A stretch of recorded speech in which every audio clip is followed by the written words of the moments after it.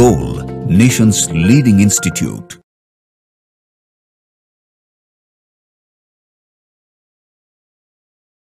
Hello dear students, आज हम लोग स्पॉट टेस्ट 2 का ऑर्गेनिक केमिस्ट्री का यहां पे सॉल्यूशन करेंगे।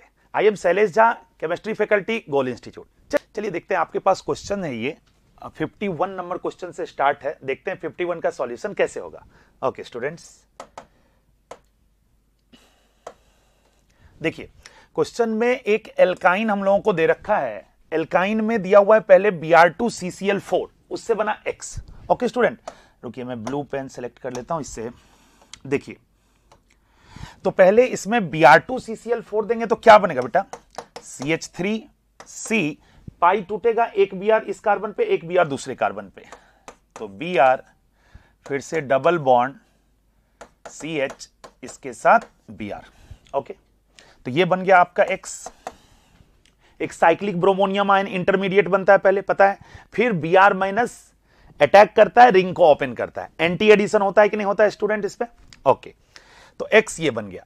फिर इसमें Br2CCl4 दिया गया, तो अब क्या होगा, दोबारा से ये पाई ब्रेक होगा, एक Br यहां पे, एक Br यहां पे, तो प्रोडक्ट फाइनल क्या बनेगा, CH3C से Br, सिंगल बॉन्ड CH से Br। ओके स्टूडेंट्स, तो इसमें देखिए प्रोडक्ट का नाम दे रखा है, तो क्या होगा, नंबरिंग कहां से करोगे, यहां से 1 2 3 1 1 2 2 टेट्राब्रोमो प्रोपेन, यही होगा। तो देखो कहां पे दे रखा है, 1 1 2 2 tetrabromo propane. So correct answer is fourth option. Clear हो गया स्टूडेंट, आसान सा क्वेश्चन था एक एल्काइन का। ठीक है, चलिए आगे बढ़ते हैं।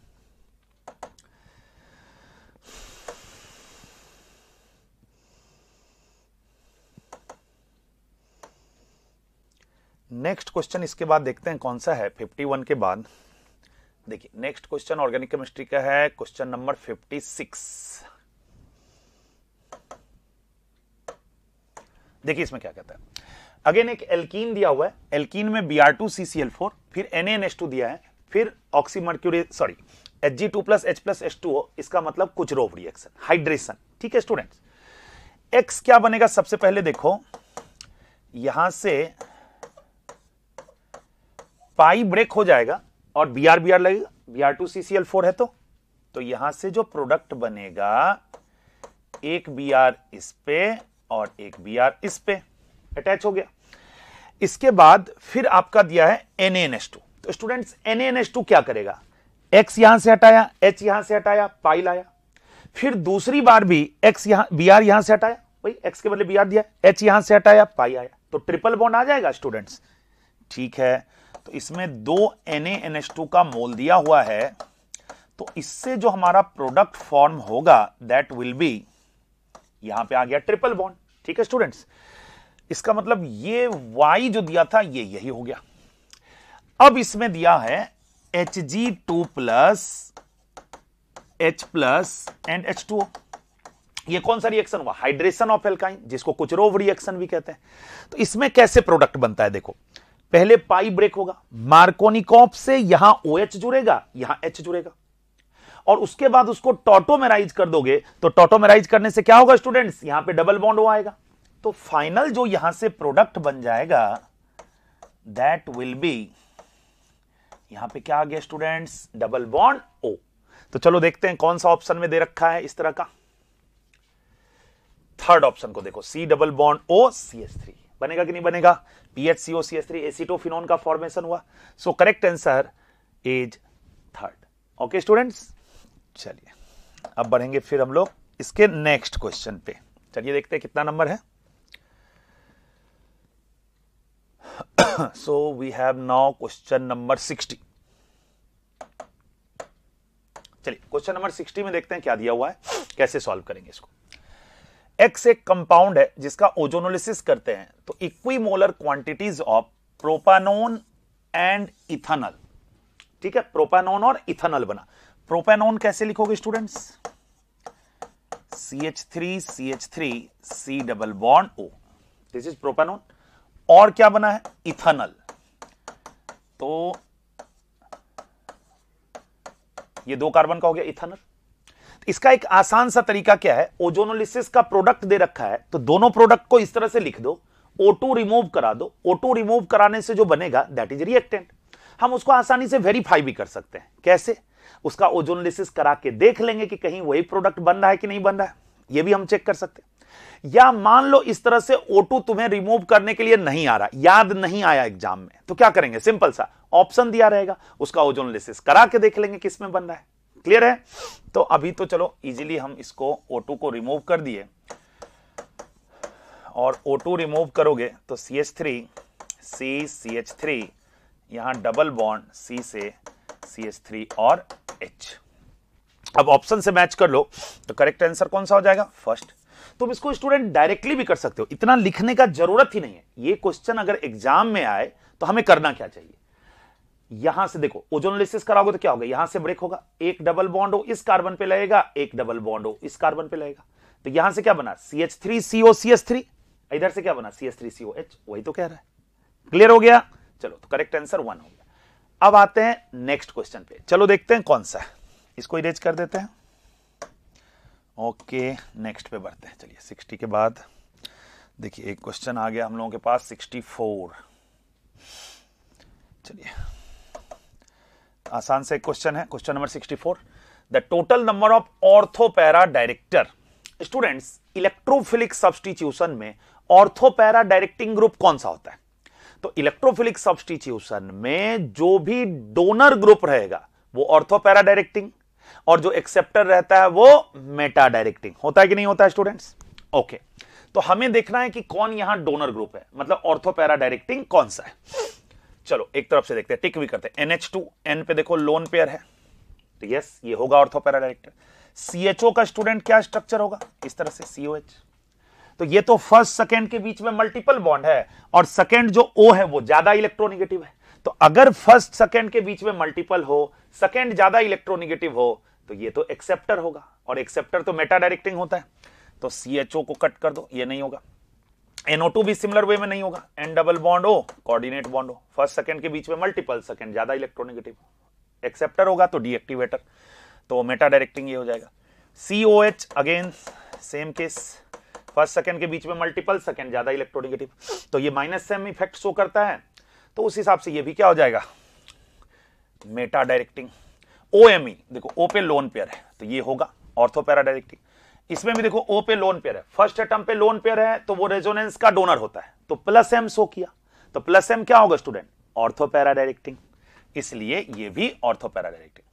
इथाइल को देखो, तो इथाइल जो है CH2 CH3 ये हो गया, ये प्लस आई से भी डोनेट करता है, हाइपर कंजुगेशन से भी डोनेट करता है, तो ये भी डोनर हो गया, और डोनर है तो ऑर्थोपैरा डायरेक्टिंग।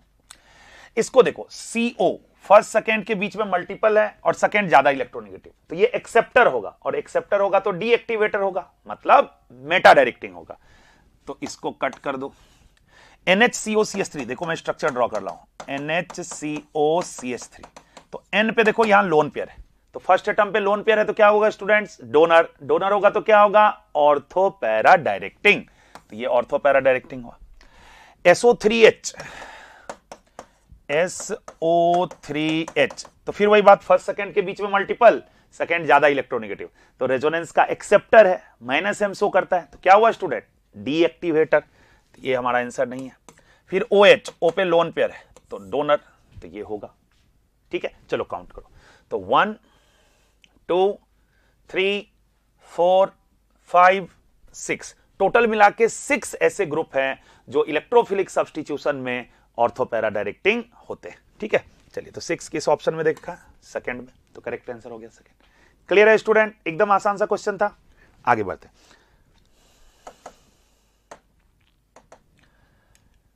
चलो नेक्स्ट क्वेश्चन देखो इसके बाद।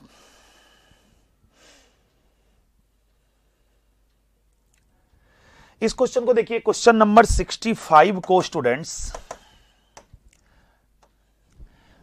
ये जो क्वेश्चन है ना, इसमें थोड़ा सा मिसिंग है स्टूडेंट, क्या है कि यहां एक CH2 के बदले में यहां एक H हटा के यहां CH3 आप लगा देंगे, ये मिसप्रिंट है इसमें। ठीक है स्टूडेंट, यहां H हटा के आप एक CH3 लगा देंगे, यहां भी एक H हटा के एक CH3 लगा दीजिए, यहां भी एक H हटा के आप CH3 लगा दीजिए। This is original question.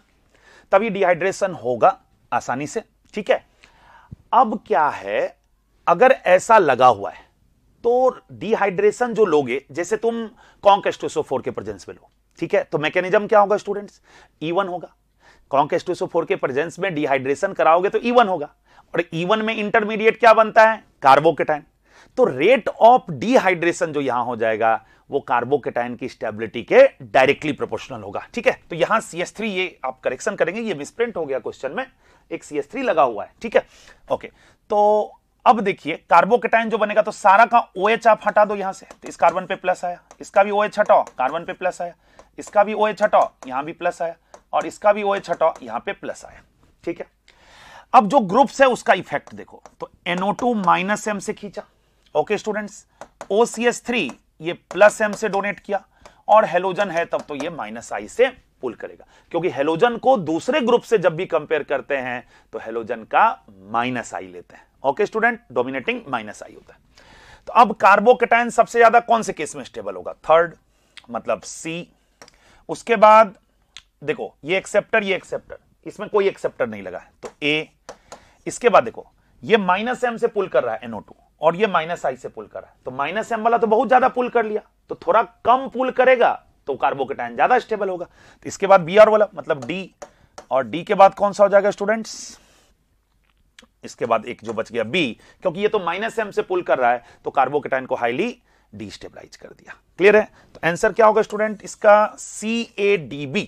तो correct answer second option CADB। ठीक है, बट इसमें ये CH3 था। ठीक है, चलिए तो आगे बढ़ते हैं अगले क्वेश्चन पे। तो 65 के बाद नेक्स्ट देखिए, इसी तरह से आसान क्वेश्चन ही आता है नीट के एग्जाम में, आपको सही टाइम में उसको सॉल्व करना होता है। तो प्रैक्टिस जितना करेंगे उतना आसानी से सॉल्व होते जाएगा, नंबर ऑफ क्वेश्चन जितना सॉल्व करेंगे इजीली होते जाएगा। चलिए देखते हैं क्वेश्चन नंबर 69। देखो स्टूडेंट्स, एल्कोहलिक KOH है, E2 हो गया, पक्का है इसमें। E2 कराओगे तो सेटजेफेल्कीन बनाओगे, तो सेटजेफेल्कीन अगर बनाओ तो देखो क्या बनेगा, यहां से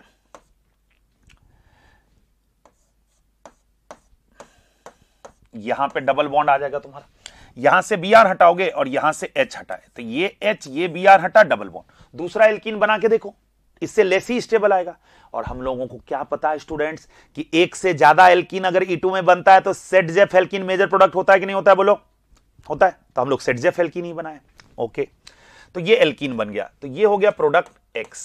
ठीक, अब इसका ओजोनोलिसिस कराया, O3H2O-Zn, रिडक्टिव ओजोनोलिसिस का केस होगा, तो इसको अगर तुम दे दो O3H2O जिंक, रिडक्टिव का केस, तो ये जाएगा, एक डबल बॉन्ड हो इस पे आएगा, एक डबल बॉन्ड हो इस पे आएगा, तो 2 मोल्स ऑफ साइक्लोहेक्सानोन ये बनेगा। ओके स्टूडेंट्स, अब चलिए 2 मोल साइक्लोहेक्सानोन बन गया, ये आपका कौन सा प्रोडक्ट आ गया, Y। बहुत अच्छा, अब LiAlH4 दिया, तो स्टूडेंट LiAlH4 दोगे तो रिड्यूस करेगा, LiAlH4 H- देता है, ये कार्बन पे अटैक करेगा, CO को ओपन करेगा, तो OH हो जाएगा वहां पे रिड्यूस होकर के। आप डायरेक्ट भी बना सकते हैं, पाई को तोड़िए, HH जोड़िए। ठीक है, तो इसका जो प्रोडक्ट हो गया वो हो गया साइक्लोहेक्सानोल, और साइक्लोहेक्सानोल है आपका Z। फिर एक और दिया है H+ और हीट, तो एसिड केटलाई डिहाइड्रेशन हुआ, E1 मैकेनिज्म फॉलो करेगा, E1 करेगा तो यहां से OH। ठीक है, पहले प्रोटोनेट होगा, OH2+ हटेगा, कार्बोकेटाइन बनेगा, उसके बाद बगल वाला H, फाइनल प्रोडक्ट क्या बनेगा स्टूडेंट, तो यहां से OH और बगल से यहां से चाहे यहां से कहीं से H हटा दो, डबल बॉन्ड आएगा। ओके, तो जो प्रोडक्ट बन गया फाइनल, यहां से इधर या इधर कहीं डबल बॉन्ड ले लो। ठीक है, तो चलो आंसर देखते हैं, आंसर इसका करेक्ट आंसर कौन सा हो जाएगा, फर्स्ट, 69 का फर्स्ट। क्लियर हो गया, आसान सा क्वेश्चन था। ओके, आगे बढ़ते हैं। चलो नेक्स्ट 69 के बाद देखो, नेक्स्ट क्वेश्चन है आपके पास 73। अच्छा क्वेश्चन है, देखो क्या कहता है क्वेश्चन में 73। B2H6 के बदले B2D6 दिया और H2O2OH- दिया। ठीक है स्टूडेंट्स, तो ये केस हो गया हाइड्रोबोरेशन ऑक्सीडेशन रिएक्शन का, हुआ कि नहीं हुआ। अब अगर B2H6 और H2O2OH- देता तो सिंपली तुम क्या करते, एंटी मार्कोनिक ऑफ से OH जोड़ते, अगर डायरेक्ट प्रोडक्ट लिखने का कोशिश करें तो हम लोग स्टूडेंट्स एल्कीन के हाइड्रेशन का 3 मेथड पढ़ते हैं। एक H2OH+ दे करके, तो उसमें तो H+ दोगे तो पहले कार्बोकेटायन बनेगा, रीअरेंजमेंट पॉसिबल है तो वो भी हो सकता है, फिर मोस्ट स्टेबल कार्बोकेटायन पे वाटर अटैक करके मेजर प्रोडक्ट बनाता है। ऑक्सीमर्क्यूरेशन डीमर्क्यूरेशन का केस लो तो उसमें कोई कार्बोकेटायन नहीं बनता है, तो तुम उसमें डायरेक्ट मार्कोनिकॉफ के अकॉर्डिंग OH जोड़ देते हो। और हाइड्रोबोरेशन ऑक्सीडेशन जो ये केस है, इसमें डायरेक्ट हम प्रोडक्ट बनाना चाहें, मैकेनिज्म भी है बट डायरेक्ट बनाना चाहें तो एंटी मार्कोनिकॉफ से हम OH जोड़ देते हैं। अब इसमें समझो, रीएजेंट जो लेते हैं तो H कहां से जाता है, OH कहां से जाता है। तो रीएजेंट हम लोग नॉर्मली क्या लेते हैं, B2H6 और H2O2H-। तो H जो जाता है स्टूडेंट वो जाता है B2H6 का, ठीक है। OH जो जाता है वो कहां से जाता है, H2O2 का। प्रोडक्ट जो बनाते हैं that is according to anti Markovnikov rule. और दूसरा बात कि कोई कार्बोकेटायन नहीं बनता है, no carbocation so no rearrangement, no rearrangement. तो इसमें कोई कार्बोकेटायन नहीं बनता है तो कोई रीअरेंजमेंट नहीं होगा। तो ये हम एक अप्रोच इसका डायरेक्ट भी चाहे तो याद रख सकते हैं हाइड्रोबोरेशन ऑक्सीडेशन का। तब अगर B2H6 के बदले B2D6 ही दे दे तो हमें पहले से पता रहेगा। H2O2 के बदले में अगर D2O2 दे दे तो हमें पहले से पता है कि OH जोड़ना है कि OD जोड़ना है। क्लियर है स्टूडेंट, मैकेनिज्म नहीं करना पड़ेगा वहां पे। अब चलो आ जाओ, B2D6 है स्टूडेंट, तो देखो H कहां से जाता है, B2H6 से, तो अभी B2D6 है तो इसका क्या जाएगा स्टूडेंट, D। H2O2 है तो H2O2 का तो OH जाएगा सिंपली। एंटी मार्कोनिकॉफ से OH जोड़ दो और D दूसरे पोजीशन पे जोड़ दो। चलो, अगर एंटी मार्कोनिकॉफ से OH जोड़ना है तो इस कार्बन पे जुड़ेगा और ये ऊपर वाले पे D आ जाएगा। चलो देखो कहां पे, तो ये देखो ऊपर वाले कार्बन पे D और यहां OH। तो करेक्ट आंसर कौन सा हो गया, सेकंड। क्लियर हो गया स्टूडेंट, एंटी मार्कोनिकॉफ से यहां OH जोड़ दिए और इस कार्बन पे D जोड़ दिए। ठीक है स्टूडेंट, आगे बढ़ते हैं अगले क्वेश्चन पे।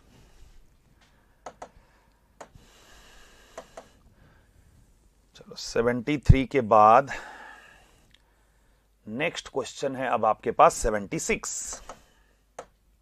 देखिए इसमें क्या कहता है, trans 2 butene on reaction with Br2CCl4 gives meso 2,3 dibromobutane। ठीक, meso 2,3 dibromobutane। स्टूडेंट क्लियरली दे दिया ट्रांस एल्कीन है, ठीक है। एल्कीन कैसा है, ट्रांस। अच्छा, Br2CCl4 में हम जानते हैं कि एक साइक्लिक ब्रोमोनियम आयन इंटरमीडिएट बनता है और दूसरा Br- बैक साइड से अटैक करता है। तो एडिशन कैसा होगा इसमें, एंटी एडिशन होगा, ठीक है, एंटी एडिशन होगा। तो एंटी एडिशन, तो अगर एल्कीन ट्रांस हो और उसमें एंटी एडिशन हो तो एरिथ्रोटाइप का प्रोडक्ट बनता है। बोलेंगे मतलब देखिए, एल्कीन अभी कौन सा है, ट्रांस 2 ब्यूटीन। चलो बनाते हैं इसको, H C double bond C H और CH3, ये ट्रांस एल्कीन हो गया। इसमें Br2CCl4 एंटी एडिशन होगा, तो ट्रांस एल्कीन एंटी एडिशन। तो एरिथ्रो नहीं, एरिथ्रो 3 एप्लीकेबल है कि नहीं उससे मतलब, एरिथ्रोटाइप का मतलब जैसे 2 Br जोड़ना है तो दोनों Br सेम साइड से जुड़ेगा, तो वो हुआ एरिथ्रोटाइप का। ठीक, तो इससे जो प्रोडक्ट बनाओगे तो इस तरह से देखो, दोनों ब्रोमीन को सेम साइड जोड़ देना है, ठीक है, दोनों ब्रोमीन सेम साइड जोड़ देना है। बाकी क्या क्या है, इस कार्बन पे CH3H, इस पे भी क्या है CH3H, लगा देते हैं। तो देखिए CH3H और यहां भी CH3H। अब तुम बोलोगे सर दोनों ब्रोमीन इधर लगाएं तो दोनों इधर भी तो लगा सकते हैं, मतलब ये एक ट्रिक हो गया स्टूडेंट, ठीक है ना। जैसे इसी में एक ट्रिक पढ़ते हैं ना हम लोग, CAT, ठीक, सिस एल्कीन एंटी एडिशन अगर हो तो थ्रियो टाइप का प्रोडक्ट बनेगा, ठीक। अब देखिए इसमें, तो ये जो कंपाउंड बना, अब दोनों ब्रोमीन इधर लिखे चाहे इधर लिखे, अभी सेम कंपाउंड होगा, क्योंकि स्टूडेंट ये मीजोमर बना है। क्लियरली देखो, ये जो कंपाउंड बना मीजो, यहां प्लेन ऑफ सिमेट्री है, दो सिमिलर कायरल सेंटर है और प्लेन ऑफ सिमेट्री है, तो मीजोमर हो गया, ठीक है। तो इसीलिए दोनों Br इधर भी लिखोगे तो मीजोमर, तो ये दोनों फिर आइडेंटिकल हो जाएगा ना स्टूडेंट, ठीक है। अब चलो इसका आंसर हम लोग देखते हैं क्या कह रहा है। Trans 2 butene on reaction with Br2CCl4 gives meso 2,3 dibromobutane, ठीक है, मीजो तो बना ही, और 2,3 डाइब्रोमोब्यूटेन, हाँ, तो 1 2 3 4 2 3 पे डाइब्रोमो, सही। तो एसर्शन हो गया करेक्ट, एसर्शन करेक्ट है। ठीक, रीजन को देखते हैं। कहता है this reaction involve syn addition of bromine, ये तो गलत हो गया, दोनों ब्रोमीन एंटी पे जाके जुड़ेगा। मतलब मैकेनिज्म जो करोगे इसका थोड़ा सा समझो। CH3HCH3 एक साइक्लिक ब्रोमोनियम आयन पहले इंटरमीडिएट बनता है, फिर दूसरा Br माइनस इस कार्बन पे अटैक करके इसको ओपन करता है। तो सिन का तो कोई सवाल ही नहीं है। जो दोनों ब्रोमीन जुड़ा वो अपोजिट साइड में जुड़ा, अपोजिट साइड में जुड़ा तो एंटी एडिशन हुआ। तो इसमें तो लेकिन दिखा है कि सिन एडिशन होता है, ये गलत हो गया। तो एसर्शन इज राइट और रीजन इज रॉन्ग। चलो देखते हैं कौन सा ऑप्शन है। Assertion is true, reason is false. तो 76 का करेक्ट आंसर कौन सा हो गया स्टूडेंट्स? थर्ड। क्लियर हो गया क्वेश्चन? चलो तो आगे बढ़ते हैं अब इसमें।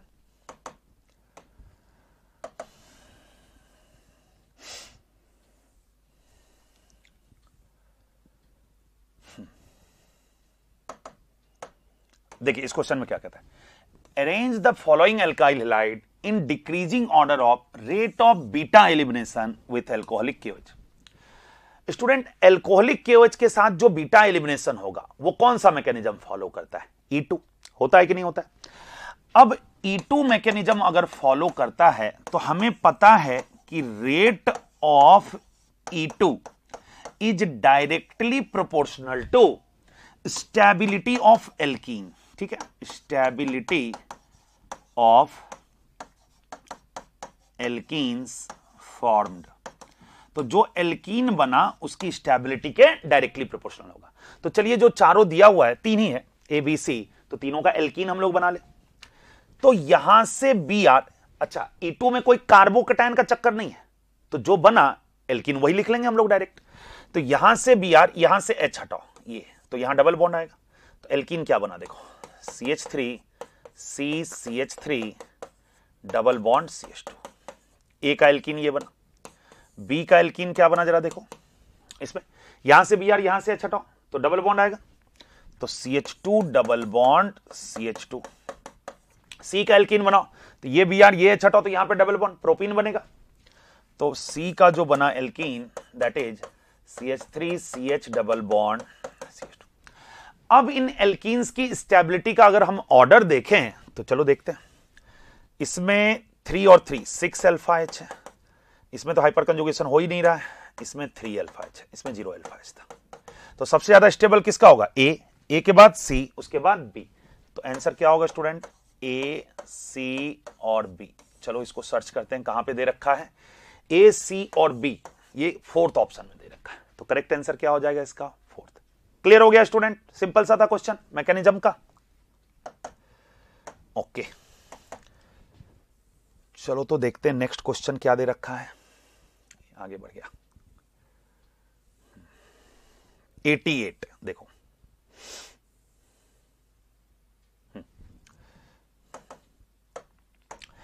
अब जैसे देखो अभी थोड़ी देर पहले मैं तुम्हें बताया था कि Br2CCl4 के साथ मैकेनिज्म कैसे करते हैं। कैसे करते हैं स्टूडेंट?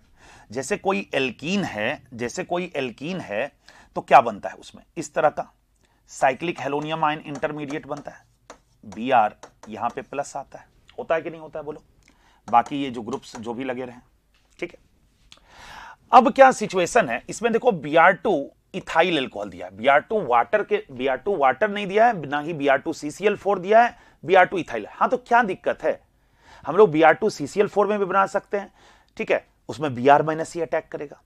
Br2 वाटर दे चाहे Br2 इथाइल अल्कोहल दे। अब सिचुएशन क्या है ये समझो ध्यान से। पहले एक साइक्लिक इंटरमीडिएट बना, अब अगर Br2CCl4 रहता है, ध्यान से सुनना, Br2CCl4 रहता है तो दूसरा जो Br माइनस रहता है वो कार्बन पे अटैक करके इसको ओपन करता है। नाउ क्वेश्चन इज ये Br माइनस अटैक कहां करेगा? इन दोनों में से किस कार्बन पे अटैक करेगा? इन दोनों में से उस कार्बन पे अटैक करता है स्टूडेंट जिसको पॉजिटिव चार्ज कैरी करने की टेंडेंसी ज्यादा होती है। बोले ये हम कैसे समझे भाई, किसको पॉजिटिव चार्ज कैरी करने की टेंडेंसी ज्यादा है? तुमको उतना कुछ नहीं, तुम सीधा सा बात समझो, पॉजिटिव चार्ज कैरी करने की टेंडेंसी उसकी ज्यादा जिसका मन ही मन मान लो कार्बोकेटायन ज्यादा स्टेबल। अरे हां, कार्बोकेटायन स्टेबल होगा मतलब पॉजिटिव चार्ज वो आसानी से कैरी कर सकता है। तो तुमको यह देखना है कि वो जो Br माइनस है वो उस कार्बन पे जाकर के अटैक करेगा उन दोनों में जहां मन ही मन मानो कार्बोकेटायन ज्यादा स्टेबल है। बोलते ऐसे हैं पॉजिटिव चार्ज कैरी करने की टेंडेंसी, और सोचना क्या है कहां कार्बोकेटायन ज्यादा स्टेबल होगा। कार्बोकेटायन तो बन तो रहा नहीं है, लेकिन सोचेंगे ऐसे ही। चलो तो अब इस सिचुएशन में देखो, हां एक बात और क्या था, ये तो Br2CCl4 का केस था। अगर Br2 के साथ वाटर रहता तो वाटर सॉल्वेंट भी होता है, तो सॉल्वेंट को एक्सेस में मानते हैं, ठीक है। वाटर सॉल्वेंट न्यूक्लियोफाइल भी है, सॉल्वेंट तो है न्यूक्लियोफाइल भी है, तो ये एक्सेस में होगा, सॉल्वेंट को एक्सेस मानेंगे, तो ज्यादा अटैकिंग टेंडेंसी वाटर की होगी। अभी जैसे ETOH दिया, इथाइल अल्कोहल, हां तो इथाइल अल्कोहल सॉल्वेंट भी है, तो सॉल्वेंट को एक्सेस में मानोगे, तो Br माइनस से ज्यादा टेंडेंसी अटैक करने किसकी होगी, इथाइल अल्कोहल की होगी कि नहीं होगी। तो ये इथाइल अल्कोहल जाकर के अटैक करेगा और इस बॉन्ड को ओपन करेगा, माने एक कार्बन पे OET और दूसरे पे Br रह जाएगा, माने इस पे OET इस पे Br, इस तरह का सिचुएशन। अब आ जाओ स्टूडेंट अपने ओरिजिनल क्वेश्चन पे। ये पाई को तुम तोड़े, मान लो ये साइक्लिक ब्रोमोनियम आयन, ये इंटरमीडिएट तुम बना लिया। अब इथाइल अल्कोहल ये न्यूक्लियोफाइल की तरह कहां अटैक करेगा, जहां पॉजिटिव चार्ज कैरी करने की टेंडेंसी ज्यादा होगी। तो तुम इन दोनों कार्बन में सोचो पॉजिटिव चार्ज कौन ज्यादा कैरी करेगा। तुम सिंपल वे में सोचो ना, कहां कार्बोकेटायन ज्यादा स्टेबल होगा, तो यहां होगा, क्योंकि ये रिंग के साथ रेजोनेंस में होगा। इसलिए ये इथाइल अल्कोहल इस वाले कार्बन पे अटैक करेगा और इस बॉन्ड को ओपन करेगा। क्लियर है। तो क्या हो जाएगा, जो प्रोडक्ट बनेगा वो कुछ इस तरह का सिचुएशन देखना जरा। इस कार्बन पे OET अटैक किया था, ETOH, तो यहां लग गया OET और ये ओपन हुआ तो यहां पे लगा Br, ठीक है, अपोजिट में लगेगा, लेकिन अभी तो ऐसा कुछ पूछ नहीं रहा है।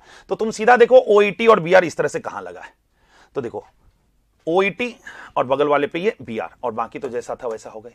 तो करेक्ट आंसर कौन सा हो गया स्टूडेंट, इसका फोर्थ, ठीक है। तो जो ओपनिंग ऑफ रिंग होता है, रिंग जो ओपन होता है, ये cyclic halonium ion intermediate bromonium ion intermediate का जो रिंग ओपन होगा, तो उस केस में न्यूक्लियोफाइल उस कार्बन पे अटैक करेगा जिसको पॉजिटिव चार्ज कैरी करने की टेंडेंसी ज्यादा होगी। इसी से हम इथाइल अल्कोहल का अटैक इस वाले कार्बन, ऊपर वाले कार्बन पे कराएं। क्लियर हो गया, इसी तरह सॉल्व करेंगे और मेजर प्रोडक्ट यही होगा, ठीक है। चलिए 88 हो गया हम लोगों का। अब बढ़ते हैं अगले क्वेश्चन पे। चलो देखते हैं नेक्स्ट क्वेश्चन कौन सा है। चलिए 88 के बाद नेक्स्ट क्वेश्चन ये रहा हमारे पास 92। चलिए इसमें दिया है पहले Br2HNO, Br2HNO देंगे तो पहले क्या होगा students, free radical substitution, Br लग गया, ठीक। इसके बाद दिया एल्कोहलिक KOH हीट। अब अगर एल्कोहलिक KOH दोगे हीट, तब तो पक्का हो गया कि मैकेनिज्म कौन सा होता है स्टूडेंट, E2 कराओगे तो ये Br, ये H हटेगा, यहां पे क्या आएगा, पाई बॉन्ड, यहां पे आ गया पाई बॉन्ड, साइक्लोहेक्सीन का फॉर्मेशन हुआ। फिर इसमें Br2CCl4 दिया है, तो Br2CCl4 अगर देंगे तो पाई तोड़ के Br आएगा। अभी तो इसका मैकेनिज्म पढ़े थे हम लोग थोड़ी देर पहले, तो दोनों पे एक एक Br अटैच हो गया, ठीक है स्टूडेंट। अब इसके बाद देखो NaNH2 एक्सेस में दिया, तो NaNH2 दिया एक्सेस, तो अगेन मैकेनिज्म जो होगा वो तो E2 ही होगा, E2 होगा। और NaNH2 का जो NH2 माइनस है वो तो और स्ट्रॉन्ग बेस होगा एल्कोहलिक KOH से भी। तो करेंगे क्या, ये Br यहां से H हटा के यहां पाई बॉन्ड लाएंगे, फिर ये Br ये H हटा के यहां पे पाई लाएंगे, तो जो प्रोडक्ट बनेगा वो कुछ इस तरह का, ये Br ये H हटा पाई और यहां पे पाई, इस तरह से फाइनल प्रोडक्ट हम लोग फॉर्म कर सकते हैं। ओके स्टूडेंट्स, कुछ स्टूडेंट को यहां ये कंफ्यूजन होता है, वो क्या करने लगते हैं, Br H हटाते हैं पाई, फिर Br H पाई। नहीं बेटा, ऐसा कैसे होगा, ट्रिपल बॉन्ड तो इसमें आ ही नहीं सकता है, sp हाइब्रिडाइजेशन पॉसिबल ही नहीं है। क्लियर हो गया। और ये प्रोडक्ट तो स्टेबल प्रोडक्ट है, ठीक है, यही बनेगा।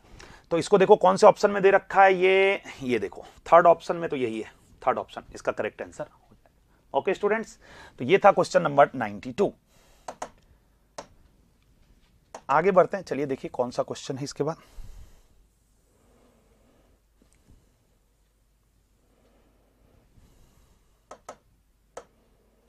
Okay, next question we have question number 93। आपसे पूछा decreasing order of rate of electrophilic aromatic substitution. तो rate of electrophilic aromatic substitution कैसे देखते हैं, बेंजीन रिंग के अंदर, जैसे सब बेंजीन रिंग है, इसमें इलेक्ट्रॉन की डेंसिटी अगर ज्यादा होगी, मतलब उसकी न्यूक्लियोफिलिसिटी ज्यादा, तो आसानी से अटैक करेगा। करेगा कि नहीं करेगा स्टूडेंट्स? मतलब हम कह सकते हैं कि जो rate of electrophilic substitution SE reaction, ये डायरेक्टली प्रोपोर्शनल किसके होगी? Nucleophilicity of benzene ring. तो उस बेंजीन रिंग की न्यूक्लियोफिलिसिटी जितनी ज्यादा होगी उतना ज्यादा रेट होगा। मतलब डोनर ग्रुप लगा रहे तो इलेक्ट्रॉन की डेंसिटी ज्यादा होगी उसमें, और इलेक्ट्रॉन की डेंसिटी ज्यादा होगी तो न्यूक्लियोफिलिसिटी ज्यादा होगी। तो हम कह सकते हैं directly proportional two electron donating group, inversely proportional two electron withdrawing group. ऐसा ही होगा ना स्टूडेंट?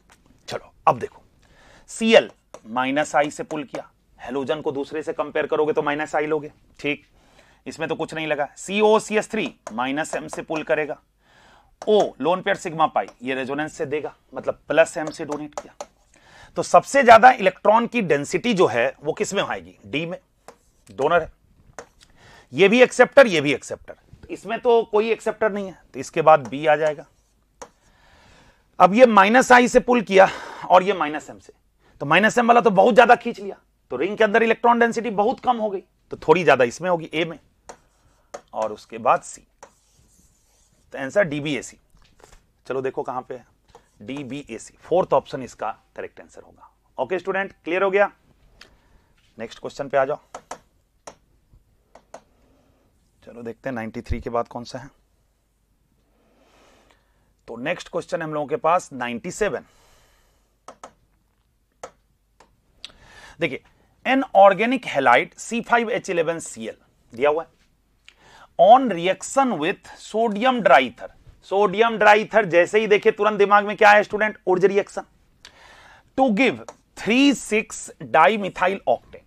तो हम लोग को इसका स्ट्रक्चर ड्रॉ करना पड़ेगा, चलो करते हैं। तो 1 2 3 4 5 6 7 8, 8 कार्बन का ड्रॉ कर लिया। 3,6 डाइमिथाइल, चलो इधर से चलते हैं, 1 2 3, 3 पे एक मिथाइल, फिर 4 5 6 पे एक मिथाइल, तो ये हो गया 3,6 डाइमिथाइल ऑक्टेन। तो ऊर्जा रिएक्शन करने से एक एल्काइल हैलाइड है, ठीक है ना, एक एल्काइल हैलाइड है कंपाउंड जिसका की ऊर्जा रिएक्शन किए, ठीक है ना, तो ये आपका बना एल्केन, इसमें सोडियम इन ड्राइथर देने से। अब हम लोग को पता है अगर RX रहे और उसमें सोडियम ड्राइथर लें तो RR बनता है, तो RX क्या रहा होगा? तो यहां से कट कर दो बीचों बीच, X यहां पे लगा दो, मतलब रिएक्टेंट कुछ ऐसा रहा होगा, CH3 CH2, ये C से CH3, और फिर इस C से जो आपका Cl है वो लग जाएगा, ठीक है। चलो तो इसको इसमें मिला लो, कौन से ऑप्शन में दे रखा है इस तरह का, इसका नाम देखो ना क्या होगा, यहां से देखो 1 2 3 4, तो 1 पे क्लोरो, 2 पे मिथाइल, 4 का ब्यूटेन। चलो देखो 1 पे क्लोरो 2 पे मिथाइल किसमें दिया हुआ है? 1 2, नहीं ये तो नहीं है, ये देखो 1 पे क्लोरो, ये 2 3 4, 2 पे मिथाइल ब्यूटेन। करेक्ट आंसर कौन सा होगा स्टूडेंट? थर्ड। क्लियर हो गया क्वेश्चन? ओके, तो इस ऐसा क्वेश्चन पहले भी AIPMT के एग्जाम में दिया गया है, दिया था ना, एक कंपाउंड है जो ऊर्जा रिएक्शन से करने से, मतलब वही एल्काइल हैलाइड दिया था, वो ऊर्जा रिएक्शन करने से जो कंपाउंड बनेगा उसका सिंगल मोनोब्रोमो डेरिवेटिव होगा। तो ऐसा क्वेश्चन फ्रीक्वेंटली आता है स्टूडेंट, तो सिमिलर टाइप का क्वेश्चन था, एकदम प्योर नीट टाइप का। चलिए इसके बाद हम लोग देखते हैं कि कौन सा क्वेश्चन है। तो एक लास्ट क्वेश्चन इसके बाद ऑर्गेनिक केमिस्ट्री का है, क्वेश्चन नंबर 100।